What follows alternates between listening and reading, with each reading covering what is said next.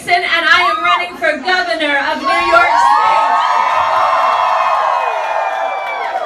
And I am running because I love New York. Yes. And because I believe in New York. Yes. And because I know that we can have a New York for the many, not just the few. I am a lifelong New Yorker. I am a proud public school graduate, and I am a prouder public school parent. I've got 3 kids, Sam and Charlie and Max, ages 21, 15, and 7. New York is the state where I have fought for LGBTQ equality and for women's rights. Yes. Rights. And for the last 17 years where I have fought for better funded and particularly more equally funded public schools across New York State. New York schools are the second most unequally funded schools in the entire country. We have got a $10,000 spending gap per pupil between our 100 richest and our 100 poorest school districts. In a school of 500 kids, that's a $5 million gap. And in a school of 1,000 kids, that's a $10 million gap. That's not right. New York itself is the single most unequal state in the entire country. And that's not just because of Wall Street. That's not just because we have so many millionaires and billionaires here. It is because we have such deep poverty. Yes. We have got more than half of the kids in our upstate cities living below the poverty line in New York State. We've got Syracuse, which has the most concentrated Black and Latino poverty of any city in the entire country. But here's the good news. Yes. We can change it. We can change it on September 13th. We can change it because we are a prosperous state, and we have to stop acting from a position of falsely imposed austerity. We have to ask corporations and the wealthiest to give a little more so that everybody in New York is lifted up, and that everybody has the right to a sound basic education and an affordable place to live and health care. I want to thank everybody for coming out tonight. I want to thank Karomo Brown for his video. I want to thank Carlos Menchaca for being here and his unwavering support from the beginning of this campaign. I want to thank Delaney Stamp, who is a proud warrior, a general in this campaign. I want to thank Akeem Browder for everything he is doing for real justice in this state and in this country, and for being such an important part of this campaign. And one of the most powerful and endorsements that I have received and that I am the most honored by. I want to thank Titus Burgess for coming. I want to thank Taylor Schilling. I want to thank Phoebe Robinson and Ali Sheedy. I want to thank my wife Christine, who I love so much.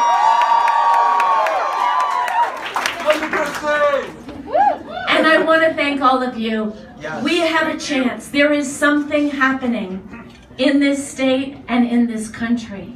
We are seeing more and more voters rejecting the status quo, and on September 13th, they're going to be rejecting the status quo mode. Yeah.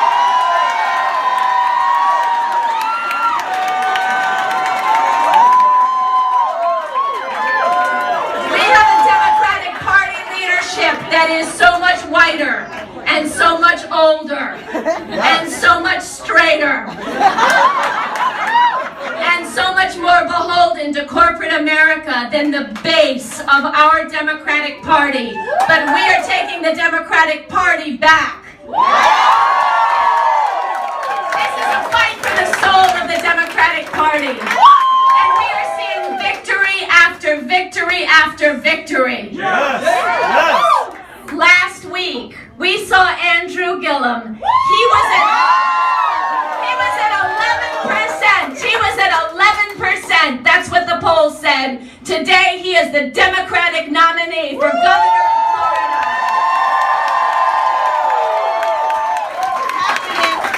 This week, we saw Ayanna Presley. Nobody said she had a chance, but she proved them wrong. Yes. She's the Democratic nominee from Massachusetts for Congress. We saw Alexandria Ocasio-Cortez,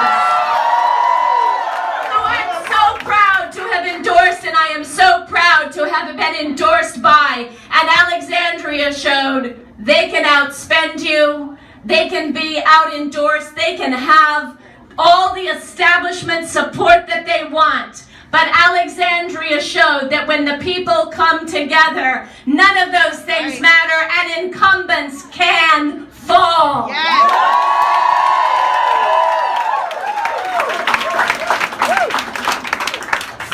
4 years ago, Zephyr Teachout ran against Andrew Cuomo. At that time, not that many people had heard of her, and so many people didn't even know she was running. The media wouldn't cover her. They wouldn't put her on TV until the last 2 weeks of the race. She raised less than $1 million, and she got 34% of the vote. Less than 600,000 people voted in that election, and I want to tell you something about New York. In the last 2 years in New York, since 2016, inspired by Bernie Sanders and horrified by Donald Trump, 583,000 new Democrats have registered to vote in New York.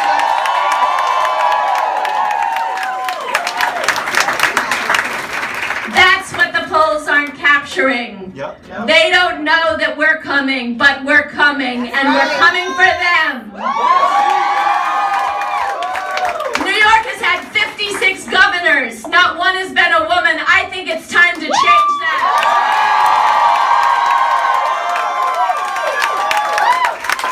I think it's time to make a New York for all of us. I think it's time to start electing people like me who are not accepting a dime in corporate contributions.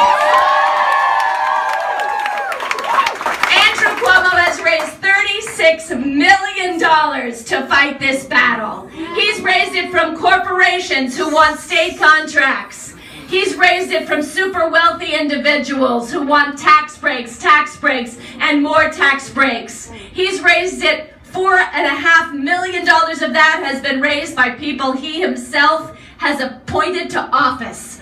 0.1% of that $36 million has come to him in small dollar donations. So what that means is if you're an everyday New Yorker, the chances that Andrew Cuomo is going to care about your needs is exactly that, 0.1%. That's not this campaign. This campaign received more small dollar donations in the first day that we launched than Andrew Cuomo has received in 7.5 years.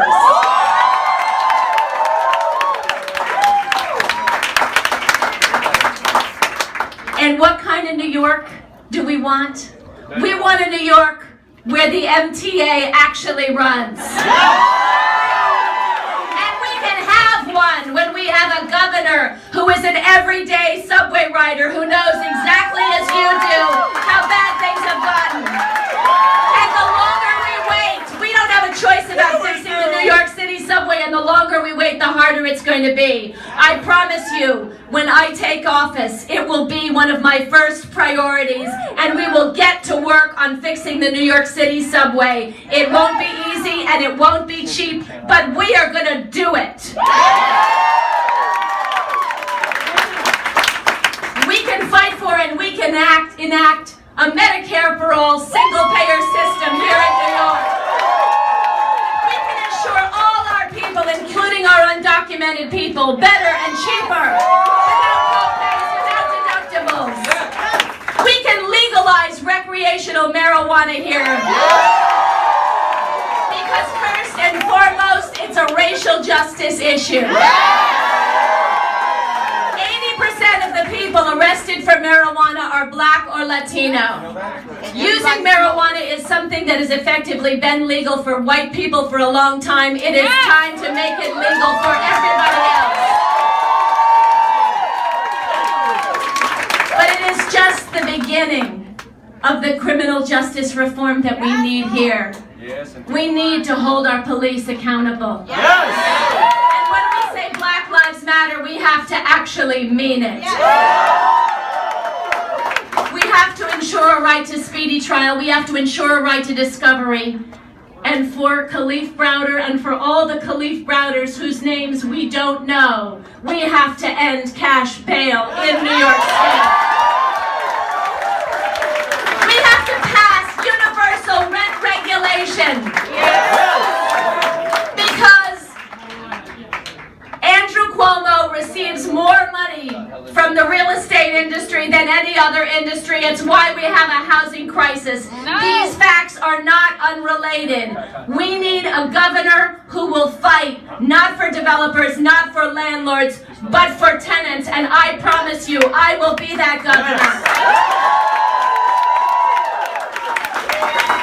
We need to do campaign finance reform. We need to close that LLC loophole. We need voting reform. We have some of the least democratic voting laws in the entire country. And that shouldn't be in a blue state like New York. We care about democracy here, and we're going to show it when we change our voting laws. We are going to treat our planet like our home, and we are going to hold fossil fuel billionaires accountable when they poison our communities. We are going to enact a just transition to 100% renewable energy no later than 2050. And when we do that, we are going to create 100,000 good jobs across this state. And when I am governor, I promise you that we will be a sanctuary state, not just rhetorically, we will be it with policy. We will pass the New York Dream Act, so our dreamers have access to higher education. We will pass the Liberty Act to stop law enforcement collaborating with ICE, and most especially,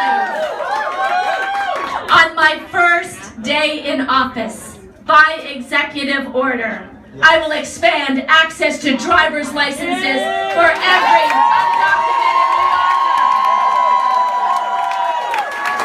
Yorker. If we care about fighting back against the Trump agenda, if we care about valuing our immigrants and honoring them and giving them every protection we have against the federal government, this is the simplest, most effective thing that we can do. The idea that we haven't done that in New York is a mark of how thin and how mingy our claims that we are the progressive alternative to Andrew Cuomo, to Donald Trump, excuse me. I do tend to get them confused. We can protect our immigrants here. And we can call, as an increasing number of candidates and electeds can call, for the abolishment of ICE.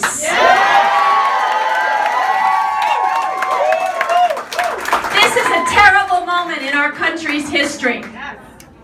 But if we approach this moment in the right way, it can be an incredible opportunity in a place like New York to enact foundational change that will last for generations, not just for New Yorkers, but to lead the country in a better direction. We can do what New Yorkers have always done. We can come together and show not only ourselves, not only our country, but the world that there is a better, juster, more progressive, more inclusive way. And we can do that in New York on September 13th, on a day in which we will see all of those IDC challengers throw down the gauntlet and stand up to those Trump Democrats that have betrayed New Yorkers for far too long.